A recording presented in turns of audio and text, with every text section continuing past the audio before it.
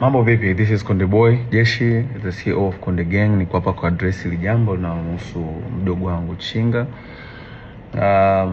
Kwanza kabisa nikiri kwamba mdogo wangu alinitumia message na kuniomba kwamba anataka kutoka kwenye label akawa independent artist. Nami nilimjibu straight kwamba mdogo wangu, wish all the best. I got you back all the time as usual. Kachini na viongozi wa Konde Gang, video contacts, mfanolize, muone mnafanyaje. Contract inasema endapo atataka kuterminate na ku-own master, kununua ku-own master. Nikisema master namaanisha catalog, the whole entire catalog. Nyimbo zote hata zile ambazo amezifanya mimi ili ziwe za kwake lifetime. Hizo zinaingiza pesa kwake lifetime. Inatokea alipie kuzinunua hicho kiasi cha pesa kilichotajwa kwenye mkataba ambao mdogo wangu alisign 4 years ago na kampuni ya Konde Music. Hayo ndio ilikuwa ni mazungumzo na lakini sijui nini kimetokea kwake baadaye.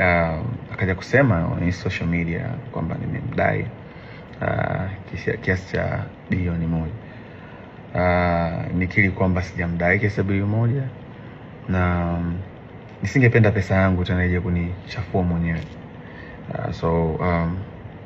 I did my best. I wish him all the best. Nampenda sana, msupporteni sana. He's an independent artist from now on. Nikiwa naongea promoters, mkiwa na show mwiteni, fanye pata risk, aisaidie familia yake. Even though lengo tupate risk wote kama ilivyo mwanzo, as you know, ni biashara na tuko tukijitahidi kwa uwezo wetu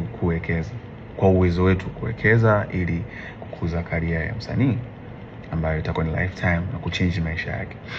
So far tumshukuru Mungu kwa support yetu, tumeweza kufanikisha kuwaletea superstars kadhaa ikiwemo Chinga, kina Angela, Kili Chidi walikopo kina Country Boy, na wao wote waliondoka hakuja kuwa na matatizo yote, na wote wana own master zao na for good and for peace. Hamna mtu yote mwenye malalamiko ya kudaiwa. So that's how we live by lifting each other.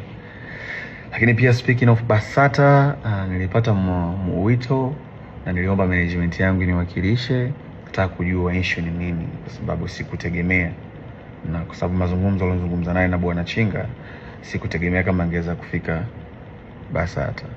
Baada ya sana na usuluhisho.